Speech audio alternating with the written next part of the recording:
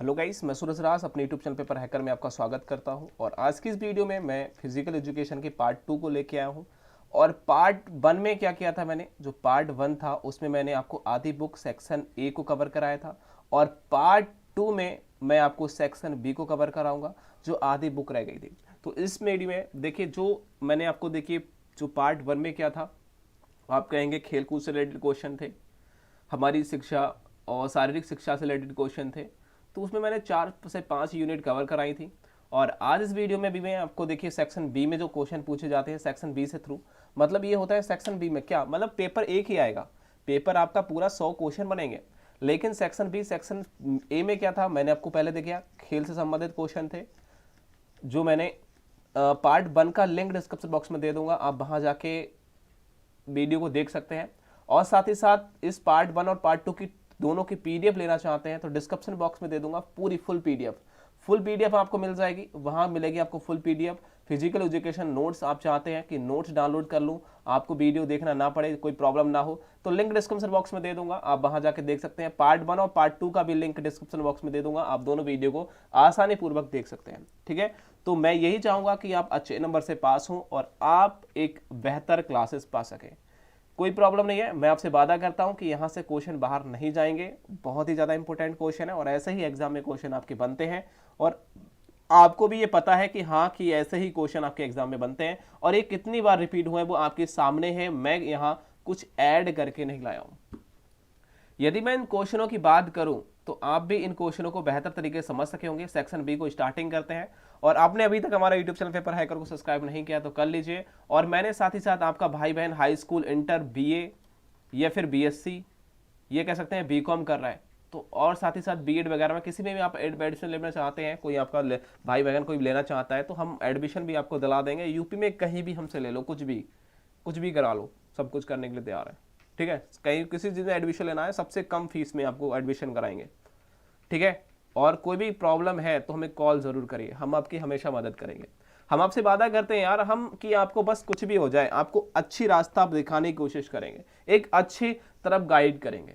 ठीक है, तो चैनल को सब्सक्राइब कर बेल आइकन को जरूर प्रेस करना। कोई भी दिक्कत है तो कमेंट बॉक्स में जरूर बताना। यहाँ देखिए बात करने वाले हैं पहले क्वेश्चन को, ज्यादा टाइमिंग वेस्ट ना करेंगे, मतलब टाइम को खराब नहीं करेंगे और फटाफट अपने क्वेश्चनों की ओर चलेंगे।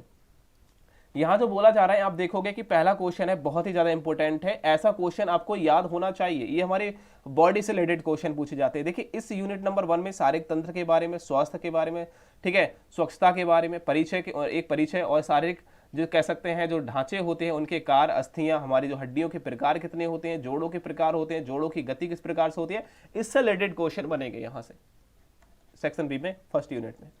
अब इसमें क्या है, देखिए पहला क्वेश्चन दे रखा है कि एक बच्चे के शरीर में कितनी अस्थियां होती हैं। आप कहोगे 213 अस्थियां होती हैं। कितनी होती हैं? 213 अस्थियां होती हैं। आप कभी आ जाए बच्चे की बात कर रहे हैं, बच्चे के शरीर में, अभी कभी कहते हैं कि स्वस्थ मनुष्य के शरीर में कितनी होती हैं, तो आप कहोगे 206 होती हैं। ठीक है, बच्चे की बात करें तो 213 और स्वास्थ्य मनुष्य की बात करें तो 206। ठीक है, उसके बाद में दूसरे क्वेश्चन को देखिए कितनी बार, जो ज्यादा बार रिपीट हुआ है वही क्वेश्चन को ध्यान देंगे, जो एक एक बार आए उसको नहीं देखेंगे। डोर्टाइल जो पेशी होती है वो कहां पाई जाती है, आप कहोगे कंधे में पाई जाती है, मोस्ट इंपोर्टेंट है। मानव शरीर की सबसे लंबी हड्डी कौन सी होती है, या फिर अस्थि भी कह सकते हैं, सबसे बड़ी या सबसे लंबी कोई भी आ सकता है, बड़ी या लंबी, तो आप कहोगे फीमर। और फीमर पाई कहां जाती है, तो आप कहोगे ये हमारे पैर में पाई जाने वाली हड्डी होती है, फिर अस्थि होती है। चौथे क्वेश्चन की ओर चलते हैं। चौथा क्वेश्चन बोल रहा है पसलियों में कितनी हड्डियां होती हैं, तो आप कहोगे 12 जोड़ी होती हैं। कितनी होती हैं? 12 जोड़ी। जैसे हम 12 जोड़ी क्या कर सकते हैं, 24। कितनी होती हैं? 24। ऑप्शन नंबर क्या होगा? सी इज राइट है। तो पसलियों में कितनी हड्डियां होती हैं, आप कहोगे 12 जोड़ी। कभी जोड़ी की बात करें तो 12 जोड़ी, वरना 24 होती है। ठीक है, 12 जोड़ी का मतलब ही 24 होता है। उसके बाद में ये देखिए 10 और 13 में पूछा गया, तो हम इस क्वेश्चन को एक बार देख लेते हैं क्या दिक्कत है। यहां बोला गया टखने में अस्थियों की संख्या कितनी होती है, तो टखने में जो अस्थियों की संख्या होती है वो 4 होती है। कितनी होती है? टखने में जो अस्थियों की संख्या होती है वो 4 होती है। स्टेपिस अस्थि शरीर के किस भाग में पाई जाती है? ये सबसे छोटी अस्थि होती है स्टेपिस, सबसे छोटी हड्डी। कभी भी आ जाता है सबसे छोटी हड्डी कौन सी होती है, तो आपको स्टेपिस उसका नाम होता है, और ये कान में पाई जाती है। सबसे बड़ी की बात करें पैर में, जिसे हम फीमर कहते हैं। ठीक है, तो दोनों तरीके की मैं आपको यहाँ सारी जो कंफ्यूज है उसे दूर कर रहा हूं। नेक्स्ट क्वेश्चन है कि प्रत्येक हाथ में अस्थियों की संख्या कितनी होती है? हमारे हाथ में हड्डी की संख्या कितनी होती है? आप कहोगे 30 होती है। एक हाथ में हड्डी की संख्या कितनी होती है? 30 होती है। असफल अस्थि स्तर होता है, तो आप कहोगे जो असफल जो अस्थि होती है, जो हड्डी होती है, वो कहाँ स्तर होती है? कहाँ लगी, मतलब कि असफल वाली, तो आप कहोगे जो नितंब होती है उसमें लगी होती है। ठीक है, तो ये क्वेश्चन बना है। साथ ही साथ रेडियस और कह सकते हैं जो अल्ना अस्थि होती है वो होती कहाँ है? तो रेडियस और अल्ना अस्थि आप कहोगे अग्रबाहु। अग्रबाहु में क्या होती है? एक रेडियस होती है कह सकते हैं, या फिर एवं क्या होती है? अल्ना। अल्ना जो अस्थि होती है, हड्डी होती है, वो अग्रबाहु में स्थित होती है। उसके बाद में है पक्ष में हड्डियों की संख्या कितनी होती है? तो सॉरी, पक्ष नहीं, बक्ष। बच में हड्डियों की संख्या कितनी होती है? तो आप कहोगे 26। कितनी होती है? 26 बच में हड्डियों की संख्या कितनी होती है? 26 होती है। नेक्स्ट क्वेश्चन को देखेंगे, यहां बोल रहा है कि प्रत्येक जो व्यक्ति है, देखिए कह रहा है कि व्यक्ति के प्रत्येक पैर में, कह सकते हैं प्रत्येक पैर में अस्थियों की संख्या कितनी होती है? आपके पैर में कितनी हड्डियां होती हैं? तो 31 आपकी हड्डियां होती है। कितनी होती है? 31 हड्डियां कहां होती हैं? आपके पैर में। ठीक है, और हाथ में कितनी होती है? मैंने ऊपर बताया कि प्रत्येक हाथ में 30 अस्थियां होती हैं, और पैर की जब भी बात करें तो 31। कितनी होती है? 31। उसके बाद यहां देखिए, मैंने ऊपर ही वो क्वेश्चन बनाया था, जो अल्ना था, अल्ना पाया जाता है, वो पाया जाता है हाथ में, अग्रबाहु आगे वाली बहुभुजाओं में, तो हाथ में पाया जाता है। ठीक है, अल्ना पाया जाता है हाथ में। कहां पाया जाता है? हाथ में पाया जाता है। हड्डियों में सबसे अधिक लब्ध कौन सा होता है? तो सबसे ज्यादा जो लब्ध पाया जाता है, बहुत ही ज्यादा इंपॉर्टेंट है, रिपीट होता है ये क्वेश्चन। ठीक है, तो यहां बोला जा रहा है कि हड्डियों में सबसे अधिक जो लब्ध होता है वो कौन सा होता है? तो आप कहोगे कैल्शियम फास्फेट होता है। कौन सा होता है? हड्डियों के अंदर क्या पाया जाता है? Calcium phosphate. याद रखिए, कैल्शियम फास्फेट। ऑप्शन नंबर क्या है? B is right. बहुत ही ज्यादा पूछा जाता है। यहां नेक्स्ट क्वेश्चन आपसे पूछा गया है, आप देख सकते हैं, एक बार ध्यान से देखिए।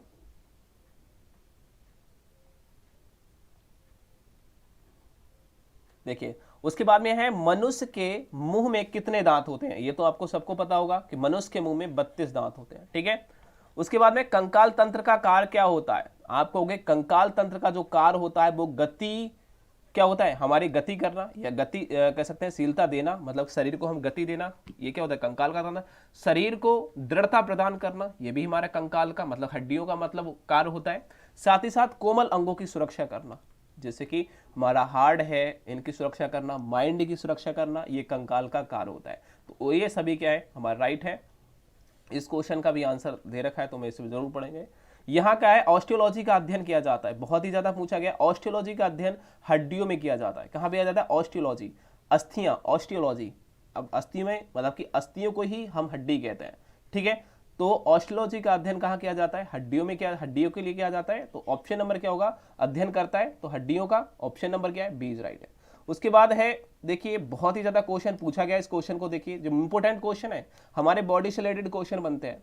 तो मेरुदंड में कितनी अस्थियां होती हैं? आप कहोगे 33। मेरुदंड में कितनी अस्थियां होती हैं? 33 होती हैं। वास्य व्यक्ति मतलब कि स्वस्थ व्यक्ति के शरीर में कितनी हड्डियां होती हैं? मैं पहले बता चुका हूं, 206। और यदि बच्चे की बात करें तो 213। ठीक है, 213। बहुत ही देखिए कितनी बार ये रिपीट हुआ है, और ऐसा ही क्वेश्चन आपको एग्जाम में बनेंगे। पार्ट 2 आप देख रहे हैं, पार्ट 1 आपने नहीं देखा तो डिस्क्रिप्शन बॉक्स में लिंक मिल जाएगा। साथ ही साथ इस पूरी पीडीएफ को आप डाउनलोड कर सकते हैं, डिस्क्रिप्शन बॉक्स में भी इसका लिंक मैंने दे रखा है। ये क्वेश्चन एक बार आया है, तो इसे देखने को बैक से आप चाहें तो देख सकते हैं। मैं आपको यहाँ बोल देता हूँ, बक्षीय कोशिकाएं की संख्या कितनी होती है? आप कहोगे 12 होती है। नेक्स्ट क्वेश्चन है, मानव शरीर में पसलियों की जोड़ी होती है। तो मैंने पहले ही बता रखा है कि पसलियां जो होती हैं, पसलियों में जो हड्डियां होती हैं वो 24 होती हैं, मतलब कि 12 जोड़ी होती हैं। जोड़े में पूछे तो 12 होंगी, वैसे 24 होती हैं। ये मैं ऊपर क्वेश्चन करा चुका हूँ। पसलियां जोड़े में पूछ सकता है, और वैसे बिखेर के मतलब कि अलग अलग भी पूछ सकता है। तो 12 जोड़ी होती हैं, 12 दूनी 24।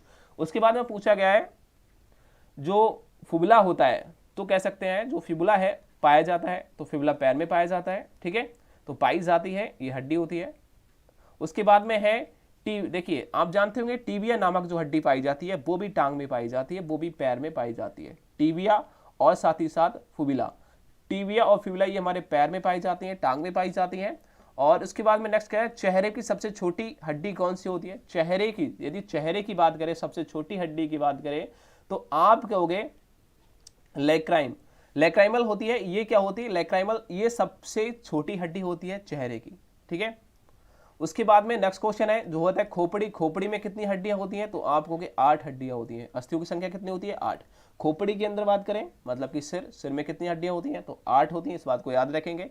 यहां देखिए नेक्स्ट क्वेश्चन पूछा गया है, 27वां क्वेश्चन आपके पास साथ में देख रहे हैं आप कितनी बार क्वेश्चन पूछा गया है। ये है कपाल। कपाल में हड्डियों की संख्या कितनी होती है, 8। मतलब कपाल को भी हम क्या कहते हैं, सिर ही कहते हैं। सिर, मस्तक या खोपड़ी कह सकते हैं। कपाल कितनी होती है, 8 हड्डियां होती हैं। ऊपर भी यही था, ये देखिए यहाँ कभी खोपड़ी आपसे पूछ लेगा या फिर आपसे पूछ लेगा कपाल, ठीक है, बात यही होता है।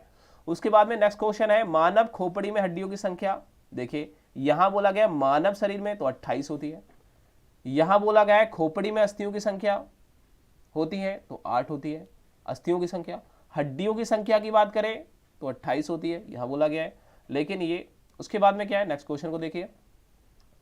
यहां क्वेश्चन बोला गया है हड्डियों और दांतों में मुख्य तत्व कौन सा पाया जाता है, मैं पहले बता चुका हूं। कैल्शियम फास्फेट सबसे ज्यादा हड्डी और दांतों में पाया जाता है, मोस्ट इंपोर्टेंट है, इसको रट लीजिए। मानव शरीर की सबसे छोटी अस्थि कौन सी होती है, स्टेपिस होती है, ये कान में पाई जाती है। चेहरे की हड्डियों की संख्या कितनी होती है, चेहरे में जो हड्डियों की संख्या होती है वो 14 होती है। शरीर में लंबी हड्डियों का कार्य क्या होता है, देखिए लंबी जो हड्डियों का कार्य है, तो शरीर में लंबी हड्डियों का कार्य क्या होता है, लीवर के रूप में कार्य करता है। तो किस रूप में कार्य करती है लंबी हड्डी, तो आप कहोगे लीवर के रूप में काम करती है, ठीक है।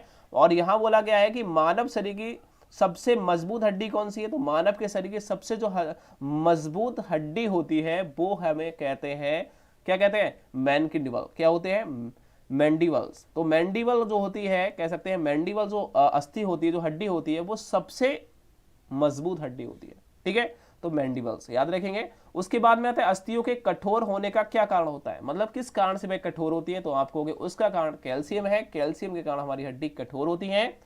उसके बाद में है अस्थियों का कड़ापन होता है, तो कैल्शियम के कारण होता है। अस्थियों में कड़ापन कठोरता होती है, कैल्शियम के कारण होती है। अस्थि किसके संचन स्थान होता है, तो कैल्शियम का होता है, ठीक है। जो संचन स्थान है वो कैल्शियम का है। कान के यहां बोला गया, ये मैं एक एक वाले हैं, वैसे मुझे पढ़ना नहीं चाहिए क्योंकि ये ज्यादा रिपीट नहीं होंगे, फिर भी मैं ये मानव से रिलेटेड क्वेश्चन है इसलिए मैं आपको पढ़ के बता रहा था।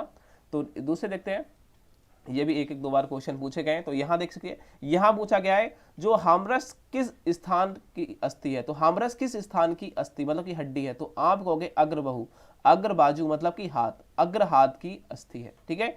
ये क्वेश्चन ठीक है। उसके बाद में आपको देखिए इन क्वेश्चनों को पढ़ने की जरूरत नहीं है। यहां पहुंचते हैं, चेहरे की सबसे बड़ी हड्डी कौन सी होती है, तो आप कहोगे मैंने पहले बताया मैंडिबल। ये क्या है, सबसे मजबूत हड्डी होती है, ये मैं पहले बता चुका हूं ऊपर, ठीक है। उसके बाद में नेक्स्ट क्वेश्चन को देखते हैं। यहां बोला गया अचल संधि। अचल संधि कहां पाई जाती है, ये हमारी किससे रिलेटेड क्वेश्चन आ गए। देखिए अब यहां एक क्वेश्चन और बनता है कभी कभी कि संधि, संधि का अध्ययन कहां किया जाता है, ऑर्थियोलॉजी के अंतर्गत किया जाता है, मतलब कि जोड़, हमारे जो जोड़ हैं, जोड़ों का अध्ययन कहां किया जाता है, तो ऑर्थियोलॉजी के अंतर्गत किया जाता है। साथ ही साथ यहां बोला गया है कि जो अचल संधि कहां पाई जाती है, तो मैंने पहले बताया था खोपड़ी में पाई जाती है। उसके बाद में देखिए ये क्वेश्चन नहीं पढ़ने की जरूरत है, तो यहाँ पे जैसे खोपड़ी में किस प्रकार की संधि पाई जाती है, तो आप कहोगे अचल संधि पाई जाती है, अचल जोड़े पाए जाते हैं खोपड़ी के अंदर, ठीक है। और देखिए यहाँ कह रहा है कोहनी और घुटने के जोड़ों को मोड़ने को क्या कहते हैं, जब हम किसी भी कोहनी या फिर घुटने के जोड़े को मोड़ते हैं, जोड़ को मोड़ते हैं, तो उसे हम क्या कहेंगे, तो एडक्शन कहेंगे। क्या कहेंगे, एडक्शन, ठीक है। उसके बाद देखिए उसके बाद में है, देखिए कंधे में किस प्रकार के जोड़े होते हैं, तो आप कहोगे कंधे में जो जोड़े होते हैं वो गेंद व सॉकेट जोड़ होते हैं। कैसे होते हैं, गेंद व सॉकेट जोड़ होते हैं। हड्डी का देखिए 55वां क्वेश्चन देखेंगे, हड्डी की अपनी ही धुरी पर घूमना क्या कहलाता है, कोई हड्डी है वो अपनी ही धुरी पर घूम रही है, उसे हम चक्रावर्तन कहेंगे, चक्रावर्तन, ठीक है। नेक्स्ट क्वेश्चन को देखेंगे, जोड़े पर कार्य करने वाली अस्थियों को एक दूसरे से, ठीक है, जाने को क्या कहेंगे। भाई देखिए यहां कह रहा है जोड़ पर कार्य करने वाली अस्थियों को एक दूसरे से जाने को क्या कहेंगे, तो हम कहते हैं उसे रोटेशन। क्या कहते हैं, उसे हम रोटेशन कहते हैं। और यहां बोला गया है कि थोड़ी गतिशील संधि कहां पाई जाती है, मतलब कि थोड़ी सी घूमे, ज्यादा ना घूमे, थोड़ी सी घूमे, वो क्या होती है, वो धड़ में होती है। धड़ में क्या होती है, आप देखे होंगे कि पीछे वाली जो रीढ़ होती है हमारी, उसमें बहुत कम स्पेस होता है, बहुत कम, हम उसको क्या कर सकते हैं, रोटेट कर सकते हैं, घुमा सकते हैं, गतिशील कर सकते हैं, तो वो होती है धड़ में। नेक्स्ट क्वेश्चन बोला गया है कि फिसलने वाली संधि कहां पाई जाती है, तो आप कहोगे कलाई और टखने में फिसलने वाली संधि पाई जाती है, ठीक है। उसके बाद में नेक्स्ट क्वेश्चन यहां बोला गया है उखल, उखल संधि कहां पाई जाती है, तो आप कहोगे कंधे और कोहनी में उखल, जो कह सकते हैं उखल संधि पाई जाती है। उखल संधि को हम बॉल एंड सॉकेट जंक्शन कह सकते हैं, ज्वाइंट भी कह सकते हैं, ज्वाइंट जिसे कहते हैं संधि भी कह सकते हैं, तो बॉल एंड सॉकेट ज्वाइंट, ठीक है, तो वो कहलाती है और ये कंधे और कोहनी में पाई जाती है। उसके बाद में है टखने, घुटने और कोहनी की जोड़ को क्या कहते हैं, तो आप कहोगे इसे हम हिंद संधि कहते हैं। क्या कहते हैं? हिंद संधि कहते हैं, जो हिज की तरह होती है, मतलब कि हिज जोड़, मतलब कि इस प्रकार हिज होता है, इस प्रकार की होती है टखने और घुटने और कोहनी की संधि, तो हिज संधि कहेंगे। आज यहाँ देखिए ज्यादा कुछ पढ़ने की जरूरत नहीं है, इन क्वेश्चनों को ज्यादा बार जो क्वेश्चन पूछे गए उन्हीं क्वेश्चनों को पढ़ते हैं, क्योंकि वरना बहुत क्वेश्चन हो जाएंगे। यहाँ कह रहा है जोड़ कितने प्रकार के होते हैं, तो जोड़ 3 प्रकार के होते हैं, याद रखिए। यहां बोला गया है जो किलदार संधि है वो हमारे शरीर में पाई जाती है, तो आप कहोगे गर्दन में, तो जो कीलदार जो संधि पाई जाती है वो हमारे गर्दन में पाई जाती है। कलाई में कौन सी संधि पाई जाती है, तो मैंने ऊपर भी बता चुका हूं इसे, ठीक है, कोलक संधि पाई जाती है। और उसके बाद में नेक्स्ट क्वेश्चन है जोड़े के अध्ययन को क्या कहते हैं, मैं पहले बता चुका हूं, ऑर्थियोलॉजी कहते हैं, ये ऊपर ही बता चुका हूं स्टार्टिंग में ही, ठीक है। यहां का गेंद और देखिए गेंद और घंटा संधि कहलाती है, तो कंधे में होती है। कोहनी और घुटने में संधि हित संधि कहलाती है, मैं ऊपर बता चुका हूं, यहां पढ़ने की जरूरत नहीं है, क्योंकि जो बार बार रिपीट हुए हैं वो इंपोर्टेंट क्वेश्चन थे। और साथ ही साथ उखल संधि पाई जाती है कंधे और कोहनी में, ये भी मैं क्वेश्चन ऊपर बता चुका हूं, ये इस क्वेश्चन को यहां पढ़ने की जरूरत नहीं है। साथ ही साथ यहां नेक्स्ट क्वेश्चन को देखिए, पेशी कितने प्रकार की होती है, 3 प्रकार की पेशियां होती हैं, ठीक है, तो पेशी कितने प्रकार की होती है, 3 प्रकार की होती है। नेक्स्ट क्वेश्चन देखिए, ये कितनी बार रिपीट हुआ है, इस क्वेश्चन को जरूर देखेंगे। पेक्टोरिलियस पेशी कहां पाई जाती है, तो पेक्टोरियस पेशी होती है वो हमारे पक्ष स्थल में पाई जाती है, इस बात को याद रखेंगे। पेक्टोरियस जो पेशी होती है वो हमारी पक्ष स्थल में पाई जाती है। मोस्ट इंपोर्टेंट है एग्जाम 2021 के लिए, हर साल मैं इंपोर्टेंट क्वेश्चन देता हूं आपके एग्जाम के लिए, जो आप जरूर पढ़ के जाइए। मांसपेशियों की स्थिति की जानकारी प्रस्तुत करने वाले उपकरण को क्या बताया गया, तो आप कहोगे उसे हम इलेक्ट्रोग्राम कहते हैं। नेक्स्ट क्वेश्चन देखिए, मानव शरीर में कुल अस्थियों की संख्या कितनी होती है, तो आप कहोगे कुल पेशियों की संख्या, सॉरी अस्थियों की संख्या तो 206 होती है और बच्चे में 213 होती है, मैं पहले बता चुका हूं। यदि आप पेशियों की संख्या की बात करें तो 600 से अधिक हमारे बॉडी में पेशियां पाई जाती है। मानव शरीर में लगभग कितनी पेशी पाई जाती है, तो देखिए लगभग की बात करें तो मैंने ऊपर बताया, देखिए 600 प्लस 600 से अधिक होती है, मतलब कि 603, तो मानव शरीर में लगभग जो पेशियां पाई जाती हैं वो 603 पाई जाती हैं। अस्थियों की बात करें तो 206, बच्चे में अस्थियों की बात करें तो 213, ठीक है, याद रखेंगे। पेशियों की बात करें तो 603 लगभग में। नेक्स्ट क्वेश्चन है, मूत्राशय में पाई जाती है तो अनैच्छिक पेशी पाई जाती है, कितनी पेशी, अनैच्छिक पेशी पाई जाती है मूत्राशय में, कभी याद आता है क्वेश्चन तो याद रखिए। और उसके बाद में यहां चलते हैं, मानव शरीर में गतिशीलता का कारण क्या होता है, मानव शरीर में गतिशीलता का कारण क्या होता है, तो गतिशीलता का जो कारण होता है वो होता है मांसपेशी। हमारा जो शरीर है जो गति करता है तो ये किसके कारण होता है, वो मांसपेशियों के द्वारा होता है। यहाँ थकान के दौरान मांसपेशियों में क्या जमा हो जाता है, ये बहुत ही ज्यादा इंपॉर्टेंट है। यदि हम कभी थक जाते हैं कोई काम करते हुए या जिम कर रहे हैं तो हमारा हाथ थक जाता है, तो क्या जमा हो जाता है मांसपेशियों में, तो आप कहोगे उसमें दुग्ध अम्ल जम जाता है। कौन सा, दुग्ध अम्ल, ऑप्शन नंबर 20 राइट है। उसके बाद में है खिंचाव संबंधित होता है, खिंचाव किससे संबंधित होता है, वो हमारी मांसपेशियों से संबंधित होता है। उसके बाद में देखिए कभी आ जाता है पेशियों अध्ययन का, पेशियों का अध्ययन किसमें किया जाता है, तो मायोलॉजी के द्वारा पेशियों का अध्ययन किया जाता है। पेशी की विशेषता क्या होती है, उपरोक्त सभी है, ये देखने की जरूरत नहीं है, कम बार क्वेश्चन पूछा गया। 101 को देखा हुआ, यहां बोला गया है शरीर में सबसे, देखिए यहां बोला गया है शरीर में सबसे गतिशील मांसपेशियां होती हैं, तो वो होती हैं जबड़ों में, सबसे अधिक गतिशील जो मांसपेशियां होती हैं वो जबड़े में होती हैं। उसके बाद में मैं चलता हूं नेक्स्ट क्वेश्चन की ओर, कान में कितने भाग होते हैं, तो कान के 3 भाग होते हैं। उसके बाद में कोकलिया स्तर होता है, वो कान में स्थित होती है, ठीक है, जो कोकलिया स्तर होता है स्थित होती है वो कहां, कान में स्थित होती है। और नेक्स्ट क्वेश्चन हो रहा है शरीर में कौन सा अंग विटामिन डी की देखिए डी तैयार करता है, तो हमारे बॉडी में कौन सा ऐसा अंग है जो विटामिन डी को तैयार करता है, तो आप कहोगे जो त्वचा है जो हमारे प्रकाश की उपस्थिति में क्या है, विटामिन डी का निर्माण करती है। यदि सूर्य की स्थिति में जाते हैं हम लोग, हमारी त्वचा खुद विटामिन डी का कह सकते हैं कि वो निर्माण करती है, तैयार करती है, ठीक है। उसके बाद में देखिए कह रहा है 4 से 6 वर्ष की आयु में जो नाड़ी की गति प्रति मिनट होती है, तो आपको के देखिए जो हमारी नब्ज कह सकते हैं, जो नब्ज या फिर दिल का धड़कना कितनी बार धड़कता है, 4 से 6 वर्ष, तो आपको 95 बार। और यदि स्वस्थ मनुष्य की बात करें तो 72 बार धड़कता है, कितनी बार, 72 बार, इस बात को याद रखेंगे। यहाँ देखिए 72 से 75 बार तक, ठीक है, 72 से 75 बार तक स्वस्थ मनुष्य का। उसके बाद में कह रहा है व्यक्ति के शरीर के जो स्वास्थ्य अंग होता है हृदय होता है। उसके बाद में कह रहा है देखिए सामान्य जो हमारे व्यक्ति की रक्तचाप होती है वो 120/80 होती है। 120 से ज्यादा ना हो, हमारे कह सकते हैं जो हमारे ब्लड प्रेशर है वो 120 से ज्यादा ना हो और 80 से कम ना हो। 80 और 20 के बीच में है तो आपको क्या है, मिनिमम है, कोई प्रॉब्लम नहीं होगी, नॉर्मल है। हृदय स्थित होता है छाती में, आपको तो पता ही होगा भाई हृदय कहाँ स्थित, छाती में होता है, ये तो कोई देखने की जरूरत नहीं है, एक एक बार क्वेश्चन पूछे गए हैं, मैं ज्यादा बार क्वेश्चन पूछे गए, वही क्वेश्चन को देखते हैं। यहां बोला गया है ईसीजी सूचना देता है, तो ईसीजी किसकी सूचना देता है, वो हृदय की धड़कने की और रक्त परिवहन की। क्या देता है, ईसीजी किसकी सूचना देता है तो आप कहोगे ये हृदय की धड़कने की देता है और रक्त किसके परिवहन की देता है। ए और बी दोनों ही राइट है। उसके बाद में बोला गया है हृदय रोग किसके कारण होता है, आप कहोगे उपरोक्त सभी के रक्त, देखिए उच्च रक्तचाप, आपके अंदर ब्लड प्रेशर तेज होगा तो आपको हृदय रोग होगा, मधुमेह रोग भी हो सकता है और साथ ही साथ अनुवंशिक गति, जो अनुवंशिक जो कह सकते हैं रोग होते हैं उनके कारण हमारे हृदय रोग होते हैं। उसके बाद में है अशुद्ध रुधिर को हृदय तक पहुंचाने के लिए, आप देखिए अशुद्ध रक्त है तो वो कौन करेगा, आप कहोगे सिराएं। धमनी में कौन सा रक्त बहता है, कभी आ जाता है तो धमनी में शुद्ध रक्त बहता है और सिराओं में अशुद्ध रक्त बहता है, ठीक है। सिराएं हमारे ब्लड को, मांसपेशियों से जो ब्लड निकलता है उसको देखिए जो मांसपेशियों तक पहुंचाने का काम, हमारे ब्लड को हृदय से मांसपेशियों तक पहुंचाने का काम धमनी का होता है, लेकिन वापस ले जाने का काम सिराओं का होता है। Option number B is right है। उसके बाद में नेक्स्ट क्वेश्चन, कितनी बार क्वेश्चन पूछा गया है, मानव हृदय एक बार में कितनी बार धड़कता है, मैं ऊपर बता चुका हूं 72 से 75 बार, तो option number C is right है। उसके बाद में वाष्प मुख्यतः जमा होता है तो त्वचा में, देखिए जो कह रहा है वसा मुख्यतः जमा किसमें होती है, तो वसा कहाँ सबसे ज्यादा होती है, तो आप कहोगे त्वचा में। हृदय रोग किसके कारण होता है, तो आपको उपरोक्त सभी उच्चता मधुमेह मैं ऊपर बता चुका हूं। रक्त में होता है तो आप कहोगे उपरोक्त सभी प्रोटीन भी होता है, जल भी होता है, लवण भी होता है।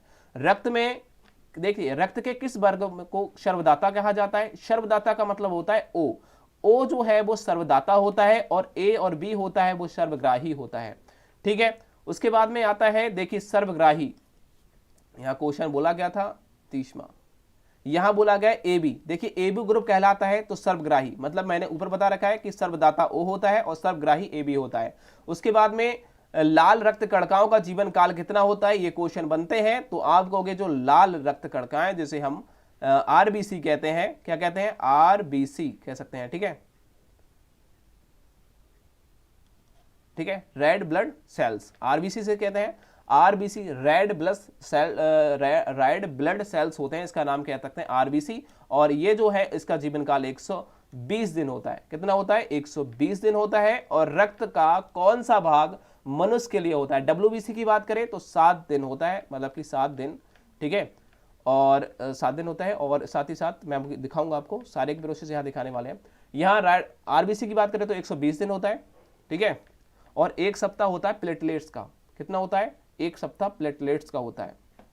प्लेटलेट्स का ग्रुप डी में पूछा गया था, इसलिए मैं आपको बता रहा हूं कौन सा, देखिए कह रहा है रक्त का कौन सा भाग ऑक्सीजन ले जाता है, तो देखिए ऑक्सीजन ले जाता है, देखिए रक्त का ऐसा कौन सा भाग है जो ऑक्सीजन को लेके जाता है, तो आप कहोगे आरबीसी, जिसे हम रेड ब्लड सेल्स कहते हैं। ऑप्शन नंबर क्या है, एज राइट है, आरबीसी, ठीक है। उसके बाद में रखता है कि रक्त किसकी वजह से लाल दिखाई देता है, तो मैंने ऊपर बता रखा है हीमोग्लोबिन के कारण भी रक्त हमारा लाल दिखाई, देखिए यहां कह रहा है लाल दिखाई देता है, किसकी वजह से लाल दिखाई देता है, हीमोग्लोबिन के कारण दिखाई देता है, लेकिन यहाँ तो इसमें बता ही नहीं दिखा है, तो ये तो ऑप्शन ही गलत है, ठीक है पूरा। उसके बाद में क्योंकि यार हीमोग्लोबिन के कारण ही तो रक्त हमारा लाल दिखाई देता है, जब आरबीसी होगा तभी तो। यहाँ बोला गया है देखिए जो रेड कोशिका होती है, रेड कोशिका आरबीसी कहते हैं, उनका निर्माण कहाँ होता है, तो आपको अस्थि मज्जा में इनका निर्माण होता है। तो रेड ब्लड सेल्स का निर्माण अस्थि मज्जा में होता है, याद रखिएगा। एक देखिए रक्त नलिका जिसे आरबीसी कहते हैं, जो रक्त को हृदय से दूसरे अंग की ओर ले जाती है उसे हम क्या कहेंगे, उसे हम धमनियां कहते हैं। मतलब क्या है, हृदय से अंग की ओर लेके जाएगी, वो किसका काम करता है, हृदय ब्लड को, तो धमनियां करती है, मतलब कि शुद्ध ब्लड है। देखिए लिम्फोसाइटेट का नाम से जान, देखिए लिम्फोसाइट्स किसके नाम से जाना जाता है, तो डब्ल्यूबीसी के नाम से जाना जाता है। लिम्फोसाइट्स किसके नाम से जाना जाता है, डब्ल्यूबीसी के नाम से जाना जाता है, ठीक है। डब्ल्यूबीसी का पूर्ण नाम क्या होता है, तो आपको पता है व्हाइट ब्लड सेल कहते हैं, इसे क्या कहते हैं, डब्ल्यूबीसी को व्हाइट ब्लड सेल कहते हैं और आरबीसी को रेड ब्लड सेल्स कहते हैं, बात वही है। WBC का मुख्य कार्य क्या होता है? रोगों से बचाव। मतलब कि क्या होता है? WBC का कार्य क्या होता है? WBC का कार्य क्या होता है हमारी बॉडी में? वो होता है, क्या होता है? रोगों से बचाव करना, बॉडी को रोगों से बचाव करना। WBC कणिकाएं सबसे लंबी कौन सी होती है? तो मोनोसाइट। कौन सा होता है? सबसे लंबी कणिकाएं मोनोसाइट्स होती हैं। शुद्ध, देखिए यहां मैंने ऊपर बता रखा था, देखिए शुद्ध कणिकाओं के औसत आयु कितनी होती है? तो 1 से 4 दिन तक होती है। यहां दे रखा है, मैंने 1 सप्ताह आपको बोला था ऊपर, तो 1 से 4 दिन होता है, ठीक है। और 1 सप्ताह की बात करें, 7 दिन जिसका होता है वो होता है प्लेटलेट का, जिसे हम प्लेटें कहते हैं ना। बहुत सारी प्लेटें, जो कहते हैं प्लेटें कम हो गई, कहते हैं प्लेटें कम हो गई, तो प्लेटलेट्स कहते हैं। तो प्लेटलेट्स का जीवन काल 7 दिन होता है, WBC का 1 से 4 दिन होता है, और RBC का 120 दिन होता है। याद रखेंगे इन चीजों को। उसके बाद में नेक्स्ट क्वेश्चन है रुधिर, देखिए यहाँ कह रहा है रुधिर परिसंचरण की खोज किसने की थी? आप कहोगे विलियम हार्वे ने की थी, ठीक है। उसके बाद में नेक्स्ट क्वेश्चन आपसे बनता है कि रक्त दबाव नापा जाता है, तो आपको स्पोगैमोमैनोमीटर द्वारा, जो हमारा स्पोगैमोमैनोमीटर होता है जिससे हम ब्लड प्रेशर नापते हैं अपना। तो रक्त में कितने प्रकार की कणिकाएं होती हैं? तो रक्त में 3 प्रकार की कणिकाएं होती हैं। और यहां देखिए मक्खी बैठ गई थी ऑप्शन पे जब मैं पिक ले रहा था। उसके बाद में क्या है, नेक्स्ट क्वेश्चन है कि देखिए रक्त किस वजह से लाल दिखाई देता है? हीमोग्लोबिन के कारण। देखिए जो ऊपर ऑप्शन था वो गलत था, ये हमारा राइट हुआ है यहाँ, ठीक है। हीमोग्लोबिन के कारण दिखाई देता है। एक सामान्य वयस्क व्यक्ति में हीमोग्लोबिन होता है, तो आपको 14 ग्राम हीमोग्लोबिन होता है। एक स्वस्थ व्यक्ति है उसमें कितना ग्राम हीमोग्लोबिन होता है? तो आपको 14 ग्राम। हीमोग्लोबिन के मुख्य संघटक होता है, तो वो आयरन होता है। आयरन मतलब कि हीमोग्लोबिन में मुख्य संघटक क्या होता है, मतलब घटक क्या, उसके अंदर क्या मिला होता है हीमोग्लोबिन के? वो आयरन होता है, ठीक है। हीमोग्लोबिन ऑक्सीजन गैस से मिलकर बनता है, तो ऑक्सी हीमोग्लोबिन। जब हीमोग्लोबिन ऑक्सीजन के साथ क्रिया करता है तो वो ऑक्सी हीमोग्लोबिन का निर्माण करता है, ठीक है। समझ में आ रहा है मेरी बात को? ठीक। उसके बाद में है वास मनुष्य में रक्त का घनत्व कितना होता है? तो आप कहोगे 5 से इतने। मतलब क्या है, एक व्यक्ति है उसके अंदर कितना ब्लड होता है? तो आप कहोगे 5 से 6 लीटर तक ब्लड होता है। और मनुष्य के रक्त का पीएच मान कितना होता है? जब पीएच मान की बात करें तो वो होता है 7.4। कितना होता है? 7.4 पीएच मान होता है, ठीक है। इस बात को याद रखेंगे। उसके बाद में आता है मनुष्य की, जो मनुष्य है वो रक्त की प्रकृति होती है, तो इनमें से कोई नहीं होती है, उदासीन अम्लीय कोई होती नहीं है। उसके बाद में क्या है, रक्त का थक्का क्या होता है? रक्त का, अब देखिए क्योंकि 7 होता तो उदासीन होता, ठीक है। 7 से ज्यादा है तो 7 से कम अम्लीय और 7 से ज्यादा क्षारीय होगा। इस प्रकार से होता है। 7.4 होता है पीएच मान, तो इनमें से कोई नहीं, ठीक है।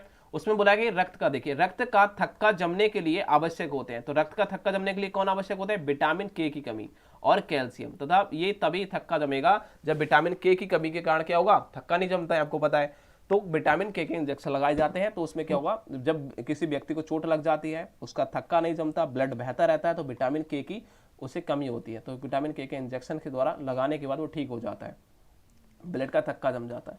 हृदय का वजन कितना होता है? तो आप कहोगे जो हृदय, जो हार्ड होता है, उसका जो वजन होता है 300 से 350 ग्राम होता है। और उसके बाद में चलते हैं शुद्ध रक्त। देखिए यहाँ कह रहा है शुद्ध रक्त ले जाने वाली कौन सी धमनी होती है? तो शुद्ध रक्त को कौन सी धमनी लेके जाती है? तो आप कहोगे फुफ्फुसीय ध्वनि। जैसे हम जो शुद्ध रक्त होती है वो लेके जो ध्वनि जाती है उसे हम फुफ्फुसीय ध्वनि कहते हैं, सॉरी धमनी कहते हैं, फुफ्फुसीय धमनी कहते हैं, ठीक है। कौन सी होती है? फुफ्फुसीय ध्वनि। ऑप्शन नंबर क्या है? सी इज राइट है। उसके बाद में एक स्वस्थ मनुष्य 1 मिनट में कितनी बार सांस लेता है? तो मैं ऊपर बता चुका हूं 18 बार, 15 से 18 बार लेता है, लेकिन यहाँ 15 से कोई ऑप्शन नहीं था, तो इसलिए मैं 12 से 18 बार लगाना पड़ेगा, क्योंकि एक व्यक्ति है वो 1 मिनट में 15 से 18 बार सांस लेता है। लेकिन जब ऑप्शन नहीं होता है 15 से 18, तो 12 से 18 दे रखा है, तो वही हम लगा देंगे, ठीक है। कोई कंफ्यूज नहीं होना है। कौन सा अंग स्वस्थ, देखिए कौन सा अंग श्वसन का है? तो कौन सा अंग शोषण का है? इनमें से आप देखिए अमाशय तो नहीं है, तो खाने की चीजें हैं, बड़ी आंत वगैरह, लेकिन सांस लेने का कौन सा है? आपको फेफड़ा है। Option number D is right है। उसके बाद में श्वास, देखिए कह रहा है श्वसन तंत्र सबसे महत्वपूर्ण अंग कौन सा है? तो फेफड़ा, यार सबसे महत्वपूर्ण तो अंग फेफड़ा ही है ना। जब भी सांस लेते हैं तो सीधे मुंह में जाता है, फेफड़े में जाता है वो। देखिए फेफड़ों का रंग होता है, तो आपको क्या फेफड़े किस तरीके का, किस कलर का होता है? तो आपको लाल रंग का फेफड़ा होता है, ठीक है। यहां कह रहा है स्वर तंत्र का मुख्य कार्य क्या होता है? ध्वनि। अब देखिए कह रहा है स्वर तंत्र का मुख्य कार्य क्या है? ध्वनि उत्पादन करना होता है स्वर तंत्र का, ठीक है। उसके बाद में क्या है? फेफड़े, जब मैं बोल रहा हूं ये स्वर है हमारे, और इन्हें उत्पादन करने का मुख्य कार्य स्वर तंत्र का होता है, ठीक है। उसके बाद में बोला है कि फेफड़ों की प्रकृति होती है, तो आप कहोगे कैसी होती है? स्पंजी होती है। कैसी होती है? स्पंजी, ठीक है। उसके बाद में बोला गया है कि दायां फेफड़ा बाएं फेफड़े की तुलना में होता है आपको कि बड़ा। भाई दायां मतलब कि सीधा, राइट वाला क्या होता है, बाएं से बड़ा होता है। क्या होता है, बाएं से बड़ा होता है, याद रखेंगे। कभी क्वेश्चन बनता है। 74वां क्वेश्चन बोला जा रहा है, यहां देखिए, श्वास नलिका के द्वार पर एक ढक्कन होता है जिसका नाम क्या होता है, सांस लेते हैं वहां एक ढक्कन होता है, ठीक है, उस ढक्कन को हम क्या कहते हैं, बहुत ही ज्यादा पूछा जाता है, एपिग्लॉटिक्स। क्या कहते हैं, एपिग्लॉटिक्स, ठीक है, बहुत ही अच्छी क्वेश्चन है। उसके बाद में है लैरिंक्स की दूसरा नाम क्या है, तो कहोगे वायुनली कह दिया। क्या होती है, लैरिंक्स का दूसरा नाम क्या है, वो है हमारी वायुनली। उसके बाद में ये सारे क्वेश्चन नहीं देखेंगे, जो ज्यादा बार रिपीट हुए हैं वही देखेंगे। कैनाइल एक प्रकार का होता है, क्या होता है, दांत, ठीक है। तो कैनाइन जो होता है वो एक प्रकार का दांत होता है। तो कैनाइन शब्द संबंधित होता है वो दांत से संबंधित होता है। कैनाइन किससे संबंधित है, तो दांत से, ये भी रिपीट हुआ है बार बार। उसके बाद में मुंह में कितने दांत होते हैं, 32 स्थायी दांतों के, जो स्थायी दांतों में जो कह सकते हैं जो प्रीमनल होत की संख्या कितनी होती है, 8 होती है, ठीक है। और दांत में, सॉरी, दांत के किस हिस्से को क्या होते हैं, पल्प कहते हैं, तो उसे मध्य वाले हिस्से को पल्प कहते हैं। उसके बाद में इनेमल पाया जाता है, दांत में अंदर पाया जाता है इनेमल। देखिए आता है इनेमल किस में पाया जाता है, दांत में पाया जाता है, याद रखिए। उसमें कौन सा पाचन तंत्र भाग है, उपरोक्त सभी। अमागस, मुख और यकृत, ये क्या हमारे पाचन तंत्र के भाग हैं। पाचन क्रिया कितने चरणों में संपन्न होती है, आपको के 5 चरणों में होती है। ये मनुष्य रिलेटेड क्वेश्चन बनते हैं, ठीक है। स्वादी कह सकते हैं सौंदर्यिका स्थित होती है मुंह में होती है, मतलब कि हमारे स्वाद लेने, सौंदर्या मतलब कि स्वाद लेने वाली जो इंद्रियां होती हैं वो कहाँ स्थित होती हैं, आपको ये मुंह में होती है। हमारे शरीर की सबसे लंबी ग्रंथि कौन सी होती है, सबसे बड़ी ग्रंथि कौन सी होती है, कह सकते हैं सबसे बड़ी ग्रंथि कौन सी होती है, वो होती है यकृत। ग्रंथि की बात करें तो, यदि हड्डी की बात करें तो फीमर, जो टांग में होती है। सबसे छोटी स्टेपिस, सब कुछ बता रखा है मैंने ऊपर। मानव के शरीर में यकृत का वजन कितना होता है, तो आप कहोगे जो लीवर का जो वजन होता है वो 1.5 से लेकर 1.5, मतलब 1.5 किलो से लेकर 2 किलो तक होता है, ठीक है। उसके बाद में है इंसुलिन हार्मोन उत्पाद होता है, अग्न्याशय से उत्पन्न होता है, ऑप्शन नंबर देखिए। उसके बाद में है इंसुलिन पदार्थ कहां से निकलता है, अग्न्याशय से निकलता है, ये तो पता है, लैंगरहॉन्स की दुपिकाओं से निकलता है। इंसुलिन है एक हार्मोन है, ठीक है। यकृत जैसे पैंक्राइस स्रावित करता है, यार ये पता है, पैंक्राइस को अग्न्याशय कहते हैं, यकृत नहीं कहते, तो ये इंसुलिन को करता है, ठीक है। ऑप्शन नंबर क्या है, सी इज राइट है। उसके बाद में मधुमेह निम्नलिखित की कमी से हो जाता है, इंसुलिन की कमी से मधुमेह हो जाता है, जिसमें पेशाब में क्या होता है, शुगर की मात्रा बढ़ जाती है। इंसुलिन की कमी के कारण कौन सी बीमारी हो जाती है, तो डायबिटीज हो जाती है, जिसमें क्या होता है, पेशाब में हमारे क्या होता है, ज्यादा क्या आने लगता है, शर्करा आने लगती है। देखिए बोला गया है इंसुलिन नियंत्रण करता है रक्त शर्करा को, है ना। और यहां बोला गया है मधुमेह का कारण क्या होता है, शर्करा, वही तो होता है ना मधुमेह का, इंसुलिन की कमी से हो जाती है तो शर्करा होता है, शर्करा आने लगती है पेशाब में। मधुमेह प्रभावित करती है पैंक्राइस को, मतलब क्या, अग्न्याशय को प्रभावित करती है। उसके बाद में देखिए कह रहा है वाष्य व्यक्ति के आयोडीन की मात्रा प्रतिदिन होती है, तो आप कहोगे जो मात्रा प्रतिदिन होती है तो वो होती है 150 माइक्रोग्राम तक, ठीक है। आयोडीन की कमी के कारण कौन सी ग्रंथि बढ़ जाती है, तो आप कहोगे थायराइड ग्रंथि बढ़ जाती है। आयोडीन की ग्रंथि कौन सी, थायराइड ग्रंथि बढ़ जाती है, जो हमारी गर्दन पाई जाती है। घेंगा रोग का कारण क्या होता है, आयोडीन की कमी होती है। घेंगा का लक्षण क्या होता है, थायराइड ग्रंथि का सूजन, तो थायराइड ग्रंथि पे क्या हो जाती है, सूजन आ जाती है, वो घेंगा रोग का मुख्य कारण होता है। कौन सा आहार सूक्ष्मात्मक भोजन है, आपको उपरोक्त मांस भी खाना, दूध, ये सब अंडे खाना एक सुरक्षात्मक भोजन है, ठीक है। उसके बाद में बोला गया एनीमिया किसकी कमी से हो जाती है, तो आयरन का मतलब क्या होता है, खून में जो एनीमिया कह सकते हैं कि एनीमिया जो कमी हो जाती है वो आयरन की कमी से होती है, ठीक है। और ये देखिए स्टार्च का पाचन प्रारंभ होता है, तो स्टार्च मतलब कि खाने वाला पाचन कहां से, मुख से प्रारंभ हो जाता है, ठीक है। भोजन का पाचन साधारणतः होता है पेट में होता है, देखो ये क्वेश्चन। उसके बाद में ये क्वेश्चन देख सकते हैं, पेप्सिन उदाहरण है एंजाइम का, पेप्सिन क्या है, एक एंजाइम है। पेप्सिन और रेन नामक एंजाइम किस रस से पाया जाता है, तो आपको जठर रस में, किसमें, जठर रस। और जठर रस कहां से स्रावित होता है, आपको अग्न्याशय से होता है, ठीक है। किसो, अमाशय से होता है, कहां से, अग्न्याशय से होता है, ठीक है। स्टेपिस और रेन कहां से, अमाशय से होता है। उसके बाद में भोजन में आवश्यक तत्व होते हैं 6। ग्लूकोज होता है, ग्लूकोज है क्या है, एक मोनोसैकेराइड्स है, क्या है, ग्लूकोज क्या है, एक मोनोसैकेराइड्स है। बसा पाया जाता है, तेल एवं घी में बसा पाया जाता है, आपको पता है, तेल खाओगे और घी पियोगे तो क्या होगा भाई, बसा तो बढ़ेगा, फैट बढ़ेगा आपकी बॉडी में। 1 ग्राम बसा में कितनी ऊर्जा होती है, आप कहोगे 9 किलोग्राम ऊर्जा होती है, ठीक है। उसके बाद में ग्रसनी, देखिए ग्रासनी स्थित होती है तो आप कहोगे किसमें होती है। अब देखो ग्रसनी कहाँ स्थित होती है, अब बताओ कहाँ होती है ग्रसनी, पीछे, ठीक पीछे होती है। तो ठीक पीछे किसकी होती है, आप कहोगे लैरिंक्स के पीछे होती है। Option number A is right है। और ये कुछ ज्यादा पढ़ने की जरूरत नहीं है क्योंकि यहाँ से क्वेश्चन नहीं बनेंगे इतने ज्यादा। ये देखिए पित्त का निर्माण कहाँ होता है, यकृत में होता है। पित्त रस किससे निकलता है, यकृत से निकलता है, ठीक है। उसके बाद में क्या है कि दालें किस पोषण तत्व को स्रावित करती है, तो दालें प्रोटीन, दालें किसको करती हैं, प्रोटीन को करती हैं। उसके बाद में देखो यहाँ बोला है शरीर का जो गठात्मक तत्व होता है वो प्रोटीन होता है, ठीक है। प्रोटीन हमें जितना मिलेगा उतना बढ़िया है। क्वेश्चन देखिए यहाँ आप जानते हो एक बीमारी हो जाती है, क्या होती है, जिसे हम, एक मिनट रुको इसे मिटाते हैं। देखो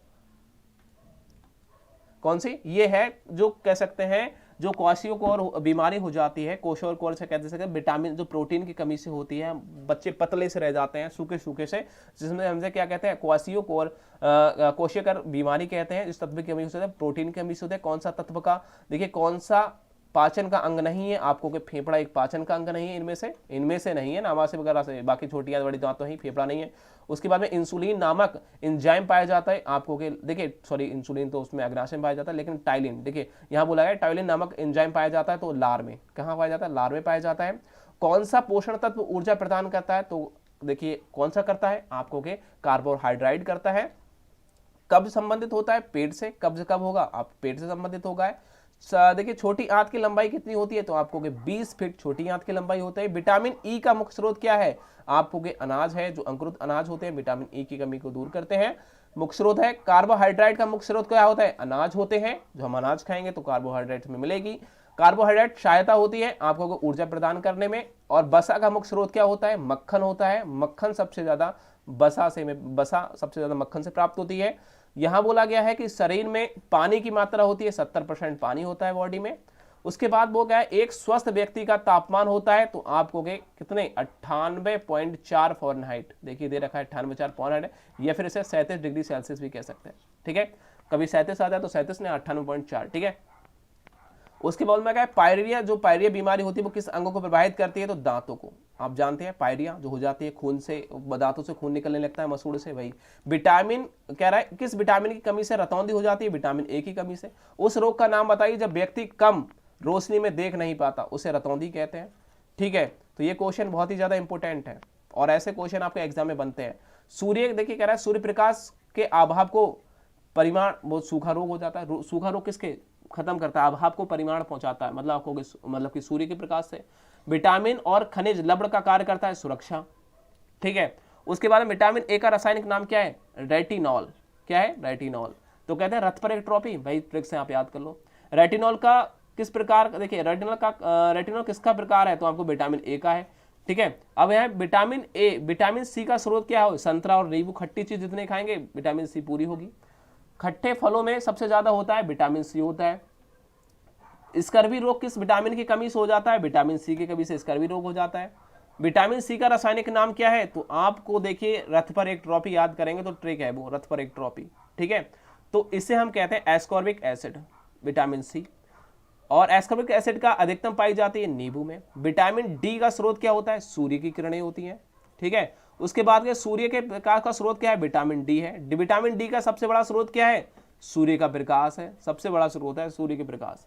विटामिन डी का कहां पाई जाती है, विटामिन डी को कहा जाता है, विटामिन डी का रासायनिक नाम क्या है, कभी पूछ लेता है तो आप कहोगे कैल्सीफेरॉल। क्या है, कैल्सीफेरॉल। ऑप्शन नंबर क्या है, इज राइट है। उसके बाद चलते हैं नेक्स्ट क्वेश्चन की ओर। अब इन क्वेश्चनों को ध्यान देते हैं जो बहुत ज्यादा इंपॉर्टेंट है।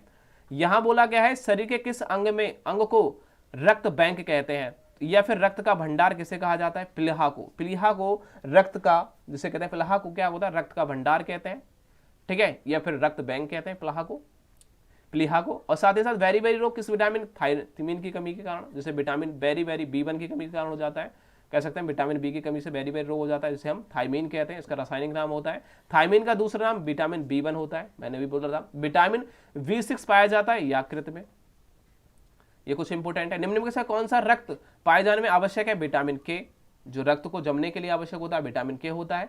उसके बाद में यहां बोला गया है डार्विन का संबंध होता है, वो होता है आंतरिक कह सकते हैं आंतरिक त्वचा से, ठीक है। उसके बाद में क्या आता है, नेक्स्ट क्वेश्चन आ जाता है, मानव मस्तिष्क का सबसे वृहद भाग कौन सा होता है? तो सबसे वृहद भाग जो होता है वो सेरेब्रम होता है, ठीक है। मस्तिष्क की बात कर रहा है, मस्तिष्क सबसे ज्यादा वृहद भाग मतलब कि सबसे बड़ा भाग सेरेब्रम होता है, ठीक है, सेरेब्रम जिसे कहते हैं, बहुत ही ज्यादा इंपॉर्टेंट है।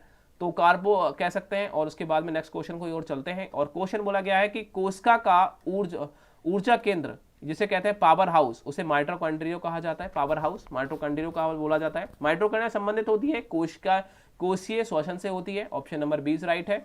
उसके बाद में ये क्वेश्चन देखने की जरूरत नहीं है आपको, चलते हैं इन क्वेश्चनों की ओर। ये क्वेश्चन बोला गया है कि कितने प्रकार, यहां बोला है कि कितने प्रकार की तंत्रिका पाई जाती हैं, तो 3 प्रकार की तंत्रिका पाई जाती हैं। उसके बाद में देखिए ये क्वेश्चन देखिए कौन सी नलिका विहीन ग्रंथि मास्टर ग्रंथि कहलाती है? पीयूष ग्रंथि को मास्टर ग्रंथि कहते हैं। हमारे शरीर में मूत्र किसके द्वारा बनता है? तो आपको गुर्दे के द्वारा, जिसे किडनी कहते हैं। और किडनी की लंबाई कितनी होती है? आपको किडनी की लंबाई 10 से 12 सेंटीमीटर होगी। मूत्र कहाँ से निरंतर बनता है, निरंतर बनता रहता है? तो आपको किडनी द्वारा, यकृत द्वारा बनता रहता है। मानव में मुख्यतः उत्सर्जक अंग कौन सा होता है? यकृत होता है उत्सर्जक अंग। और देखिए किडनी का मुख्य कार्य क्या होता है? शरीर से आवश्यक जो अनावश्यक तत्व होते हैं उनको बाहर हटाना या फिर निकालना, ये उनका कार्य होता है। साथ ही साथ यहाँ बोला गया है जीवद्रव्य जीवन का आधार है कहा गया, तो वो उपरोक्त सभी के द्वारा कहा गया था, जैसे कि हेकल्स द्वारा भी कहा गया था ये सब कुछ। उसके बाद में नेक्स्ट क्वेश्चन को चलते हैं।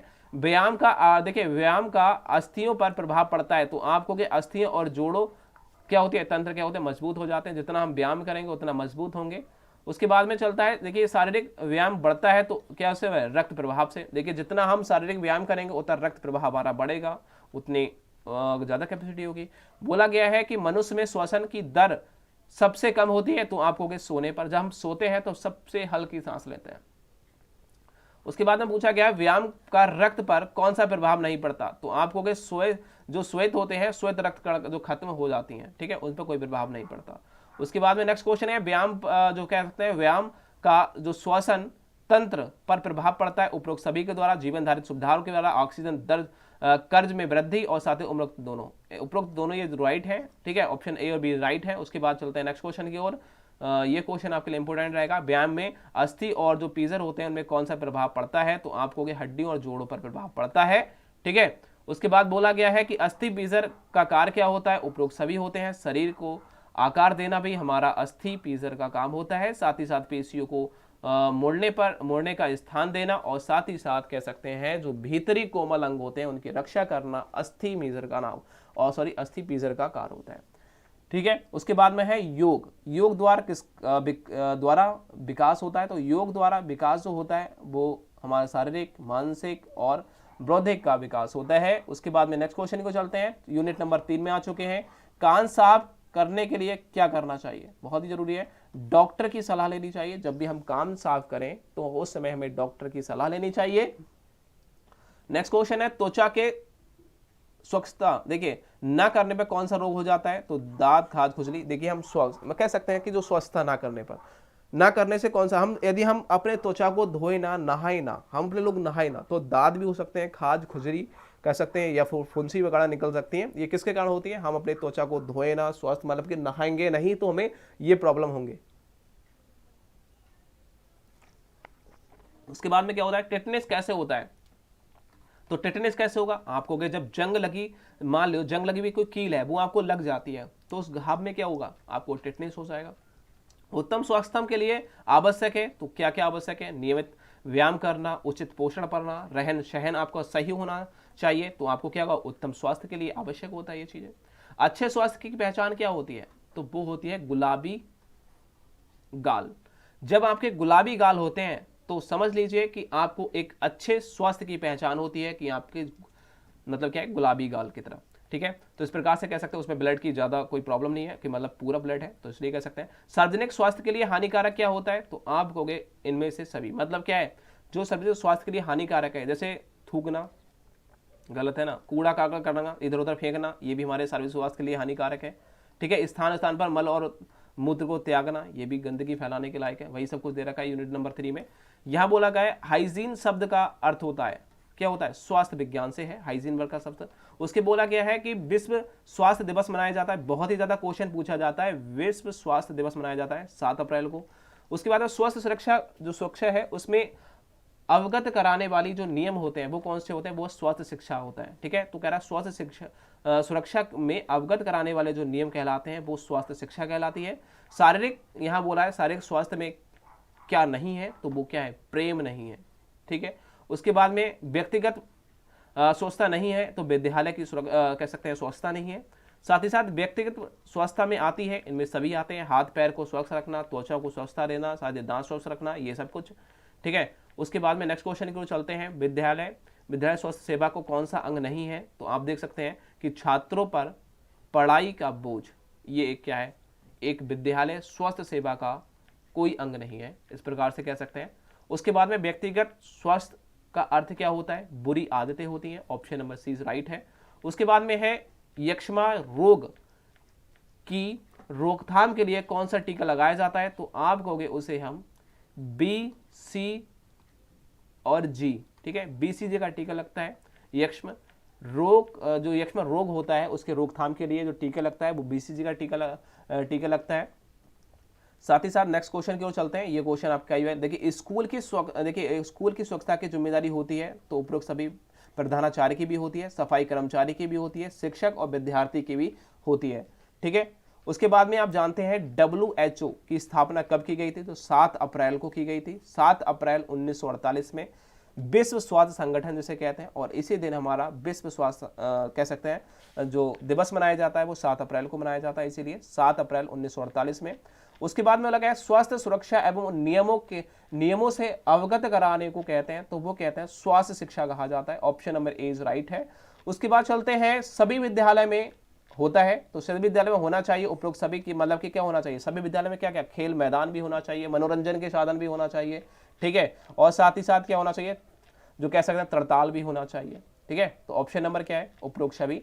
उसके बाद चलते हैं, ये क्वेश्चन देखिए 70वें क्वेश्चन चलते हैं। यहां बोला जा रहा है विश्व स्वास्थ्य संगठन का जो प्रमुख कार्यालय है वो कहाँ है, तो आपको वो है जिनेवा में। स्वास्थ्य संगठन का जो कार्यालय जिनेवा में है, पूछा जाता है। प्राथमिक स्वास्थ्य केंद्र अवधारणा को सर्वप्रथम किसने प्रस्तुत किया गया था, तो आपको केंद्र स्वास्थ्य परिषद 1953 में किया गया था, तो option number C is right है। उसके बाद में कहा गया अशुद्ध जल और भोजन द्वारा फैलने वाले रोग कौन से नहीं है, तो आप जान सकते हैं अशुद्ध जल के द्वारा और भोजन के द्वारा कौन से रोग नहीं फैलते हैं, तो आप कहोगे जो मलेरिया रोग है ना वो मच्छर के काटने से फैलता है, बल्कि अशुद्ध जल या भोजन करने से नहीं फैलता। और हैजा है, ये क्या होगा भाई, अशुद्ध खाओगे पियोगे तो फैलेगा, पेचिस भी होगी, और साथ ही साथ टाइफाइड भी हमारा होगा, वो खाने से होता है। लेकिन मलेरिया क्या रोग है, ये मच्छर के काटने से ही होता है। उसके बाद में क्या हुआ है, जीवन जंतु द्वारा, देखिए कह रहा है जीव जंतु द्वारा कौन सा रोग नहीं होता है, तो चेचक रोग क्या है, जीव जंतु द्वारा नहीं होता है। रेबीज क्या होता है, ये कुत्ते के काटने से होता है। प्लैंग ये क्या होता है, एक जो चूहे के अंदर होता है ना, चूहे के अंदर जो पाया जाता है प्लैंग, एक ठीक है, एक मतलब कि एक कह सकते हैं एक जंतु पाया जाता है, उसके काटने से होता है। मलेरिया मच्छर के काटने से होता है, लेकिन चेचक क्या है, ये एक क्या प्राकृतिक चीज होती है, अचानक निकल आती है। ठीक है, साथ ही साथ हाइड्रोफोबिया जो होता है उसके का दूसरा नाम क्या होता है, रेबीज होता है। हाइड्रोफोबिया का दूसरा नाम क्या होता है, रेबीज वायरस जिसे कहते हैं। उसके बाद में क्या होता है, एक स्वस्थ व्यक्ति को सोना चाहिए, तो वो एक व्यक्ति अच्छा है उसे 6 से 7 घंटा सोना चाहिए। ठीक है, उसके बाद में क्या है, मलेरिया बीमारी किससे प्रभावित होती है, आप कहोगे जिगर क्या होता है, जिगर से प्रभावित करती है, मतलब कि हमारे लीवर कह सकते हैं जिगर। ठीक है, तो जिगर को प्रभावित करती है, जो हमारा कह सकते हैं जो जिगर घबराना वगैरह, ठीक है, ये हमारा जो ब्लड है उसको बनने से रोकता है, तो मलेरिया हो जाती है। उसके बाद में कह सकते हैं ये कान, देखिए कह रहा है कानों की सफाई किससे करनी चाहिए, तो कानों की जो सफाई है वो हाइड्रोजन परऑक्साइड से करनी चाहिए। जब भी हम अपने कानों की सफाई करें तो हाइड्रोजन कहते हैं, हाइड्रो ले लो, हाइड्रो कहते हैं, तो हाइड्रोजन परऑक्साइड उसके अंदर होता है, तो उससे करनी चाहिए कानों की सफाई हमेशा। उसके बाद में यूनिट नंबर 4 में देखते हैं, और चौथे यूनिट में आपको केवल वायु, जल और प्रदूषण के बारे में और उनके निवारण के बारे में बताया गया होगा। इसमें देखते हैं, पहला क्वेश्चन आपके सामने है। पहला क्वेश्चन है, वायु प्रदूषण में सल्फर डाइऑक्साइड गैस के प्रभाव में कौन सा रोग हो जाता है, तो आप याद रखिए वायु प्रदूषण में जो सल्फर डाइऑक्साइड होते हैं उसके गैस से कोई प्रभावित होता है तो कौन सा रोग होगा, तो उसे हमें दमा या खांसी कहते हैं। यदि हमारा प्रदूषण गंदा है और हम उससे निकलेंगे तो हमारी सांस वगैरह जाएंगी और हमें क्या होगा, खांसी होगी, दमा आएगा, मतलब कि सांस अजीब टाइप की आएगी, गर्द घुसेगी तो फेफड़ों में, तो वही होगा। उसके बाद में बोला गया है, दूसरे क्वेश्चन को देखिए, शुद्ध वायु में ऑक्सीजन गैस की मात्रा कितनी होती है, क्वेश्चन बनता है ये क्वेश्चन बनता है कि भाई शुद्ध वायु में ऑक्सीजन की मात्रा कितनी होती है, तो आप कहोगे 20.95% होती है। वायु प्रदूषण बढ़ने का कारण क्या होता है, भाई वायु प्रदूषण है क्यों बढ़ता है, आप कहोगे ज्यादा धुआं होगा तो वायु प्रदूषण होगा, पेड़ पौधे काटेंगे तो भाई वायु प्रदूषण होगा, क्योंकि भाई प्रदूषण को खत्म कौन करता है, पेड़ पौधे करते हैं। इधर उधर क्या करेंगे, कूड़ा करकट करेंगे डालेंगे तो भी प्रदूषण होगा, सड़ेंगे करेंगे वो चीज। साथ ही साथ नेक्स्ट क्वेश्चन पूछा गया है कि ये पूछा गया है जो चिमनिया से होता है, तो चिमनियों से क्या होता है वायु प्रदूषण। चिमनियां होती हैं जो कह सकते हैं जो ईंटें वगैरह बनती है भट्टों पे, तो चिमनियां ऊपर निकली होती हैं, तो उसमें क्या होगा, वायु प्रदूषण होगा। तो इसी प्रकार से CO2 और NO2 और SO2 किस प्रकार से, आप कहोगे ये सब वायु प्रदूषण है। Carbon dioxide, nitrogen oxide, sulphur dioxide क्या है, ये सब प्रदूषण है। उसके बाद में यहां बोला गया है संक्रमण रोग उस व्यक्ति, देखिए ये कम पूछा गया है, 10 जून का संबंध किससे है, तो जो 10 जून होता है उसे हम भूमिगत जल दिवस मनाया जाता है। 10 जून को क्या मनाया जाता है, भूमिगत जल दिवस। वायु में नाइट्रोजन की मात्रा कितनी होती है, आप कहोगे सबसे ज्यादा जो होती है वो नाइट्रोजन की मात्रा होती है, 79% होती है, और 20.95% ऑक्सीजन की मात्रा होती है। मैं ऊपर बता चुका हूं, नाइट्रोजन की मात्रा पूछे तो 79% और ऑक्सीजन की पूछे तो आप 20.95% होती है, ठीक है। उसके बाद में वातावरण में कौन सी गैस सबसे अधिक मात्रा में पाई जाती है, तो सबसे अधिक मैंने अभी बताया था 79% नाइट्रोजन पाई जाती है, और 20.95% क्या पाई जाती है, ऑक्सीजन पाई जाती है। आई होप समझ में आ रहा है। सबसे कम कार्बन डाइऑक्साइड पाई जाती है, सबसे ज्यादा नाइट्रोजन पाई जाती है, देखेंगे हम सभी आपको दिखाएंगे। उसके बाद में आ जाता है कि कौन सी गैस जल, देखिए यहां तो ज्यादा क्वेश्चन नहीं पूछा गया, इसको नहीं देखेंगे। मक्खियों द्वारा कौन सा रोग हो जाता है, हैजा हो जाता है, ये तो आपको पता ही होगा, ये तो सब कुछ आम बातें हैं यार। कौन, देखिए कह रहा है कौन वायु प्रदूषण नहीं है, तो आप कहोगे ऑक्सीजन एक वायु प्रदूषण नहीं है, बाकी सब वायु प्रदूषण दिख रहे हैं आपको। और उसके बाद में ये क्वेश्चन बना है कि वायु में कार्बन डाइऑक्साइड की मात्रा कितनी होती है, तो देखिए सबसे कम जो होती है वो कार्बन डाइऑक्साइड की मात्रा होती है 0.03%। मैं ऊपर बता चुका हूं, सबसे ज्यादा नाइट्रोजन की मात्रा, ठीक है, वो कितनी होती है 79% होती है, और ऑक्सीजन की मात्रा 20.95% होती है ऑक्सीजन की मात्रा, और कार्बन डाइऑक्साइड की मात्रा 0.03% होती है। समझ में आ रहा है। वायु प्रदूषण मुख्य रूप से होता है, तो आप कहोगे धुएं से होता है। निम्नलिखित में कार्बन डाइऑक्साइड किससे मिलकर कह सकते हैं कि प्रदूषक बन जाती है, तो आप कहोगे हीमोग्लोबिन। यदि हम क्या है कार्बन डाइऑक्साइड में हीमोग्लोबिन मिला दिया जाए, ठीक है, तो क्या हो जाएगा, वो प्रदूषक बन जाएगी, ठीक है। उसके बाद में बोला गया है पर्या निम्नलिखित में से कौन से प्रदूषण नहीं है, तो कार्बन डाइऑक्साइड प्रदूषण नहीं है। हाँ यार ये तो गलत बात है, प्रदूषक है कार्बन डाइऑक्साइड तो। उसके बाद में देखो ये क्वेश्चन ही गलत देगा, यहाँ देखिए वायु मिश्रित गैस जलवाष्प होता है, वो होता है धूलकणों के द्वारा। ये तो ज्यादा क्वेश्चन नहीं पूछेगा, नेक्स्ट और चलते हैं। ये देखिए ये वाला क्वेश्चन बहुत ज्यादा रिपीट हुआ है कि जल में जो होता है ब्लीचिंग पाउडर डालने पर क्या प्रभाव पड़ता है, तो देखिए जल में हम ब्लीचिंग पाउडर डाल देंगे तो जो जल के जीवाणु होते हैं वो रहित हो जाता है। तो जल क्या होता है, जीवाणु रहित हो जाता है, मतलब कि जो भी जीवाणु हो जाते हैं वो मर जाते हैं ब्लीचिंग पाउडर डालने से, ठीक है। जल प्रदूषण कारण क्या है जल प्रदूषण का, तो आप कहोगे इधर उधर क्या होगा, मल त्याग करोगे तो होगा, कूड़ा करकट करोगे तो होगा, कारखानों से अपशिष्ट जो पदार्थ निकलेंगे उत्पाद होगा, वो भी जल प्रदूषण में ही करता है। उसके बाद में आता है जल प्रदूषण को रोकने का उपाय क्या है, भाई रोकेंगे कभी तो हम कूड़ा करकट है उनको क्या करें, जलाशय में जाने से रोकना पड़ेगा। कारखानों से निकलने वाले जो पदी नदियों में जो डाल रहे अशुद्ध जल, वो भी हमें क्या करना पड़ेगा, उन्हें भी रोकना पड़ेगा, ठीक है। तब क्या होगा, जल प्रदूषण कम हो जाएगा। यही सब कुछ दे रखा है। जल प्रदूषण का कह सकते हैं प्रधान स्रोत क्या होता है, वो होता है हमारा सिल्वर का पानी, ठीक है। तो ये देखिए कहता है सीवर का पानी होता है, ठीक है। तो जो कह सकते हैं प्रधान स्रोत होता है वो सीवर का पानी होता है। तो आप इनसे जल प्रदूषण वायु प्रदूषण रिलेटेड क्वेश्चन कोई भी आता है तो आप फटाफट कर देंगे। इस नोट्स को मेरे हिसाब से आप डाउनलोड कर लें, बेहतर रहोगे। उसके बाद में आता है जो जल स्वाद रहित और गंध रहित और रंग रहित होता है वो क्या होता है, वो अशुद्ध होता है। देखिए जो स्वाद रहित होगा और गंध रहित होगा, उसमें गंध नहीं आती होगी, स्वाद अच्छा होगा, रंग अच्छा होगा, तो वो जल कैसा होगा, आप कहोगे शुद्ध होगा, अशुद्ध थोड़ी होगा। उसके बाद में आता है पीने का पानी होना चाहिए, कैसा होना चाहिए, रंगहीन होना चाहिए और गंधहीन होना चाहिए।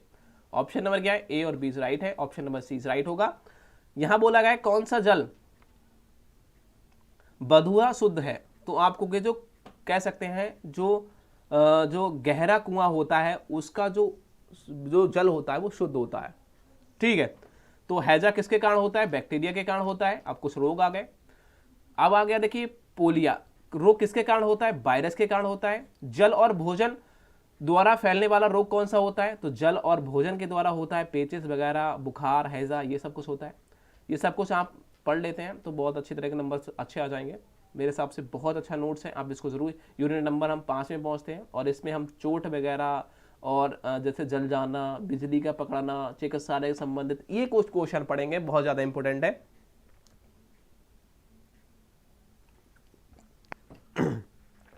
ठीक है ना। उसके बाद में क्या दे रखा है देखिए 5वें यूनिट में देखते हैं जो फटस एड है शब्द जो शासकीय रूप से कब मिला? तो आप कहोगे वो 1879 में मिला था। उसके बाद में है सबलेक्शन चोट किससे संबंधित होती है? तो वो त्वचा से संबंधित होती है। क्या होती है? सबलेक्शन जो चोट होती है वो हमारे त्वचा से संबंधित होती है।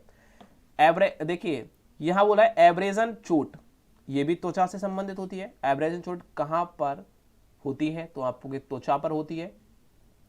सांप के काटने पर प्राथमिक उपचार कौन कौन से हैं? तो आपको सबसे पहला उपचार है जख्म को क्या करें? बिना उसके धोकर क्या करो? पोंछना। मतलब क्या है? उसे धो मत, उसे पोंछो जो भी सांप ने काटा है।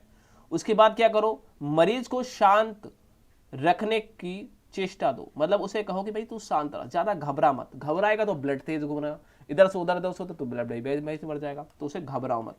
तुरंत एंटीबायोटिक जो किट आती हैं, कह सकते हैं टीके आते हैं, उनकी क्या करें? व्यवस्था करनी चाहिए। तो एंटी जो कह सकते हैं एंटीवेजम कह सकते हैं कि एंटी वेनम भी कह सकते हैं। एंटी वेनम जो टीके आते हैं, एंटी वेनम जो वैक्सीन आती है, उनका इस्तेमाल करें। ठीक है, उसका व्यवस्था करो और फटाक से उसे लगा दो। या फिर सबसे अच्छा है मेरे हिसाब से जो साधन होता है काटने का, आप सीधे सरकारी अस्पताल जाइए और आप वहाँ इंजेक्शन लगवा सकते हैं। सरकारी अस्पताल में ये चीज़ सब कुछ प्रोवाइड करा दी गई है। सांप काटने का इलाज बहुत अच्छा है। उसके बाद में व्यक्ति को पानी से देखिए यदि डूबने पर किस विधि का उपयोग करना चाहिए? यदि कोई व्यक्ति पानी में डूब जाता है तो आप किस विधि का यूज करेंगे उसे बचाने के लिए? तो पेट से बल देखिए लिटाकर पानी क्या है? निकालेंगे पहले। सही है, ठीक है। पेट के बल उसे क्या करेंगे? लिटा करेंगे और उसे क्या करेंगे? निकाल देंगे उसका पानी जो पेट में गया है। पानी और क्या होंगे? पिलाएंगे। और साथ ही कह रहा है यहाँ देखिए क्या कहें? आप पानी पिलाएंगे या फिर दवा देंगे? ये में सही। यदि कोई पानी में डूब जाता है व्यक्ति तो सबसे पहले क्या है? पेट के बल उसे लिटाकर पानी को निकालेंगे। तो ऑप्शन नंबर क्या है? एज राइट है। उसके बाद में है क्रमिक श्वसन लेने की विधि क्या होती है? सॉरी, देने की विधि क्या होती है? ये दो हैं। कौन कौन सी विधि है? ये क्रमिक श्वसन देने की विधि दो होती है। ठीक है।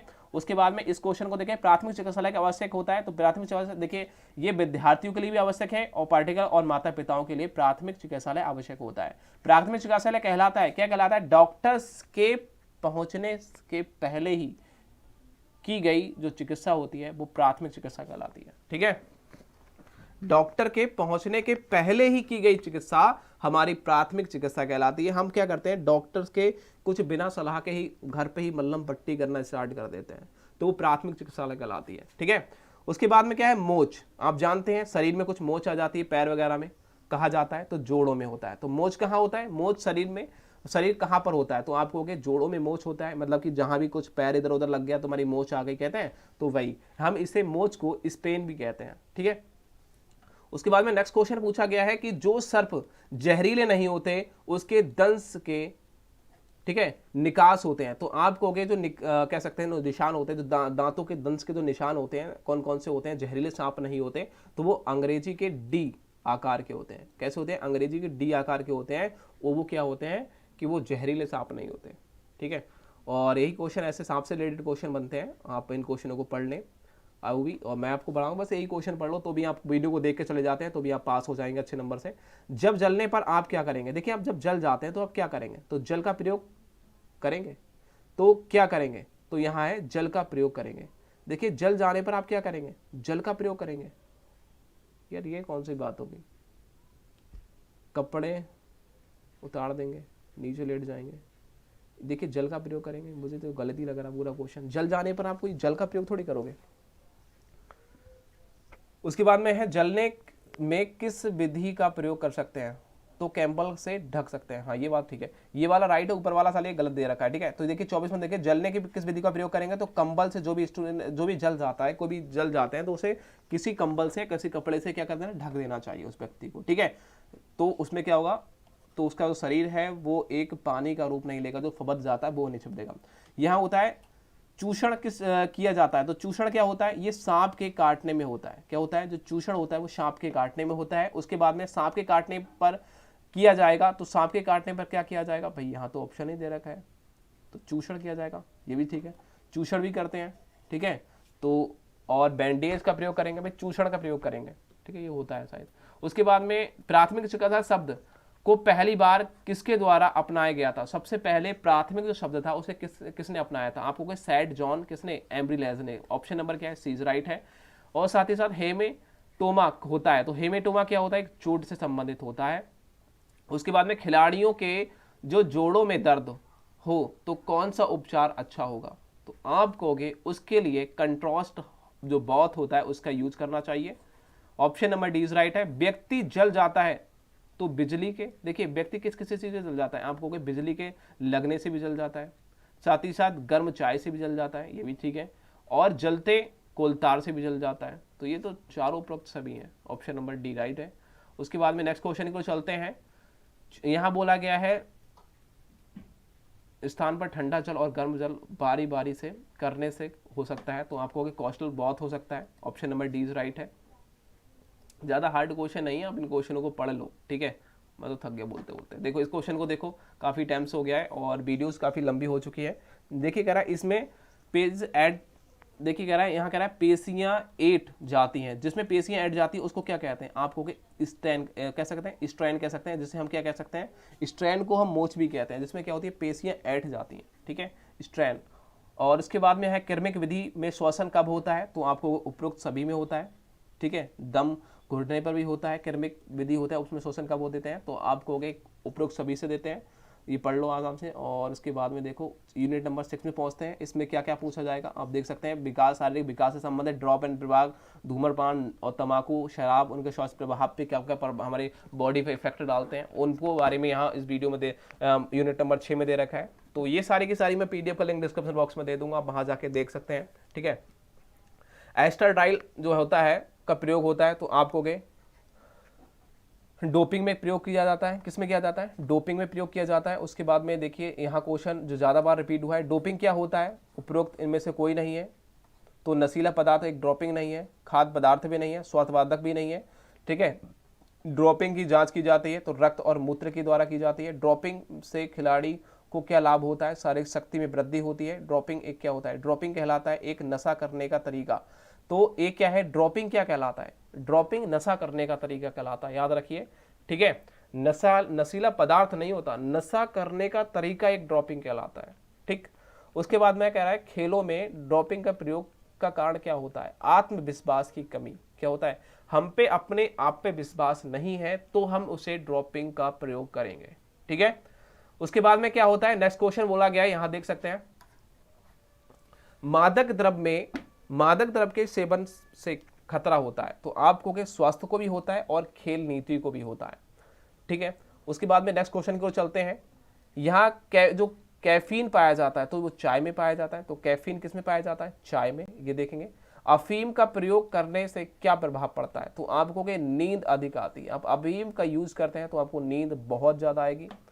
नार्कोटिक्स क्या होता है, एक नशीला पदार्थ होता है।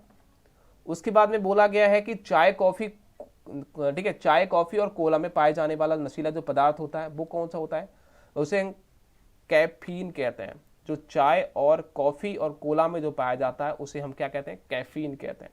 नेक्स्ट क्वेश्चन को देखिए, नार्कोटिक्स का प्रभाव पर मतलब क्या है, किस पर पड़ता है, तो आपको के मस्तिष्क, जो कह सकते हैं जो नार्कोटिक्स होता है, जो प्रभाव किस पे, इफेक्ट किस पे सबसे ज्यादा डालता है, तो त्वचा पे तो डालेगा नहीं, हड्डियों पे भी नहीं डालेगा, दांत पे भी, सबसे ज्यादा मस्तिष्क पे डालता है, option number A is right है। खिलाड़ी नशा क्यों करते हैं, तो आप कहोगे जो खिलाड़ी होते हैं वो नशा क्यों करते हैं, तो वो होता है शक्ति अर्जित करने के हेतु। तो शक्ति, जो भी खिलाड़ी होते हैं वो नशा क्यों करते हैं, क्योंकि उसे शक्ति आ जाए, एनर्जी आ जाए, अपने आप को आत्मविश्वास नहीं मानते, मतलब कि उन्हें विश्वास नहीं हम जीत पाएंगे, लेकिन वो पता है नशे में खेलते हैं, इस प्रकार से मान लो, ठीक है। खिलाड़ी नशा क्यों करते हैं, तो कहता है कि थकान कम करने के लिए, ये भी बात सही है कि वो थकान उन्हें महसूस ना हो कि मैं कितना काम कर रहा हूँ, इसलिए वो नशा करते हैं। निम्न से कौन सा नशीली दवाई नहीं है, तो ये वाली नशीली दवाई नहीं है, आप देख सकते हैं। उसके बाद में धूम्रपान के उपरोक्त निकोटीन किस स्वास्थ्य को उत्तेजित करता है, तो आप कहोगे स्नाविक स्थान को क्या करता है, उत्तेजित करता है। धूम्रपान करने वाले व्यक्ति को क्या बीमारी होती है, तो आप कहोगे उपरोक्त सभी बीमारी हो सकती है। दांतों को क्षणित पहुंचती है, सांस उखड़ने लगता है, और क्या हो जाता है, ग्रौब शक्ति खो जाती है। ठीक है, ये अगर खो बैठता है, बात वही है ना, तो उपरोक्त सभी राइट है। और उसके बाद में नेक्स्ट क्वेश्चन आप जानते हैं, सिगरेट में कितने प्रतिशत निकोटीन पाई जाती है, तो आप कहोगे सिगरेट होता है उसमें जो नशीला पदार्थ पाया जाता है वो 1.2% पाया जाता है। Option number A is right है। गिरगिट, देखिए यहां कह रहा है, सॉरी यहां बोला गया, ये वाला क्वेश्चन को देखिए, सिगरेट पीने वाले सर्वरे कौन से अंग प्रभावित होता है, तो फेफड़ा सबसे ज्यादा प्रभावित होता है, सिगरेट जो भी पीगा। तंबाकू के सेवन से शरीर पर प्रभाव पड़ता है, तो वो पड़ता है कैंसर। ठीक है, यहां कह रहा है कैंसर होने के संभावना पर, option number A is right है। धूम्रपान से फेफड़ों पर प्रभाव पड़ता है, तो धूम्रपान से फेफड़ों पर जो प्रभाव पड़ता है वो फेफड़ों के क्या होता है, देखिए जब धूम्रपान करेंगे तो फेफड़ों पर प्रभाव पड़ेगा। अब उसमें क्या होगा, फेफड़ों के जो ऊतक क्या होंगे वो नष्ट हो जाएंगे, ये क्लियर है। उसके बाद में नेक्स्ट क्वेश्चन की ओर चलते हैं। देखिए यहाँ बहुत सारे क्वेश्चन आपको देखने को मिलेंगे धूम्रपान से रिलेटेड देखते हैं। ठीक है, धूम्रपान का कारण क्या होता है, इनमें से सभी होते हैं। निकोटीन पाया जाता है तंबाकू में पाया जाता है। अब देखो मैं यहाँ फटाफट पढ़ता हूँ, ठीक है, बहुत ज्यादा टाइम हो गया। और तंबाकू में कौन सा तत्व पाया जाता है, तो निकोटीन पाया जाता है। ठीक है, धूम्रपान में कौन सा अंग प्रभाव डालता है, तो उपरोक्त सभी श्वसन तंत्र का, पाचन तंत्र का पाया जाता है। धूम्रपान के हानि होते हैं कैंसर। ठीक है, हानि कौन कौन सी होती है, जब धूम्रपान करोगे तो कैंसर होगा भैया, पता होगा आपको, तंबाकू बगा खाओगे तुम्हें। उसके बाद में देखिए 46वां क्वेश्चन, एल्कोहल को तकनीक जो शब्द होता है वो क्या होता है, उसे हम एथेनॉल कहते हैं। ठीक है, तो अल्कोहल का जो तकनीक शब्द होता है वो एथेनॉल होता है। और अल्कोहल सेवन का कारण क्या होता है, इनमें से सभी होते हैं। आधुनिक जो कह सकते हैं आधुनिक जमाना और मानसिक स्थिति के बारे में, थकावट के बारे में, सब कुछ ये सभी हो जाएंगे। और अल्कोहल का रासायनिक सूत्र क्या होता है, C2H5OH होता है। उसके बाद में कुछ सामान्य आर्थिक सब कुछ क्वेश्चन भी पूछे गए हैं, यहाँ आप देख सकते हैं। जैसे कि समानार्थिक प्रश्न भी पूछे जाते हैं, जैसे कि क्षय रोग होता है तो आपको जीवाणु के द्वारा होता है, ये इंपोर्टेंट क्वेश्चन है तो इनको पढ़ लीजिए। और साथ ही विषाणु से उत्पन्न होने वाला रोग कौन सा होता है, वो कह सकते हैं जो पोलिया होती है। और शरीर की गर्मी हमेशा रहती है, तो आप कहोगे 36 से 37 डिग्री सेल्सियस तक रहती है, वही टेम्परेचर की बात कर रहा है। जीवाणु जनित रोग होते हैं, तो आप जानते हैं एन्फ्लुएंजा एक जीवाणु जनित रोग है। और देखिए यहाँ बोला गया जीवाधारी का जो विकास एवं वृद्धि होती है वो समसूत्री विभाजन से होती है, तो जीवाधारी की जो विकास और वृद्धि होगी वो समसूत्री विभाजन द्वारा होती है। शरीर में कोशिका के अनियंत्रित वृद्धि का कारण क्या होता है, वो कैंसर। ठीक है, तो ये कैंसर हो जाएगा। उसके बाद में चोट लगने पर रक्त स्राव नहीं जमता, तो किसे, हेमोफीलिया के कारण हेमोफीलिया रोग होता है, जिसे विटामिन के की कमी हो जाती है, उसको क्या होगा, स्रावित नहीं होगा। ठीक है, रक्त नहीं जमेगा। और साथ ही साथ देखिए यहाँ कह रहा है बाह्य परजीवी कौन है, तो चोक एक बाह्य परजीवी है। ठीक है, उसके बाद में ये सारे क्वेश्चन आप देख लीजिए, एक बार रिपीट कर लीजिए, बेहतर है, अच्छे हैं। यूरिया का संश्लेषण होता है गुर्दे में होता है, ये मैं पहले ऊपर बता चुका हूँ। बालक का देखिए यहाँ कह रहा है बालक का विकास नहीं हो पाता, तो किसके, संक्रमण रोग के कारण नहीं होता। यदि किसी बच्चे को संक्रमण रोग है तो उसको विकास नहीं होगा। पर्यावरण का अर्थ क्या होता है, तो आपको चारों ओर से क्या होता है, ढकने वाला। ठीक है, ये अर्थ है, मतलब चारों ओर से ढका हुआ है वो क्या है, पर्यावरण है हमारा। और इसी प्रकार से देख सकते हैं कि साइना और नेहवाल किस खेल से जुड़े हैं, तो साइना और नेहवाल है जो हमारे बैडमिंटन से जुड़े हैं, option number D is right है। और देखिए मलखा सिंह के बारे में तो आप जानते होंगे, ये बहुत ही ज्यादा इंपॉर्टेंट चीज है। मलखा सिंह संबंधित किससे है, तो एथलेटिक्स से संबंधित है। और साथ ही साथ आप जानते हैं नेहरू स्टेडियम कहाँ स्थित है, ये दिल्ली में स्थित है। ये जीके जीएस से भी क्वेश्चन रिलेटेड बनते हैं।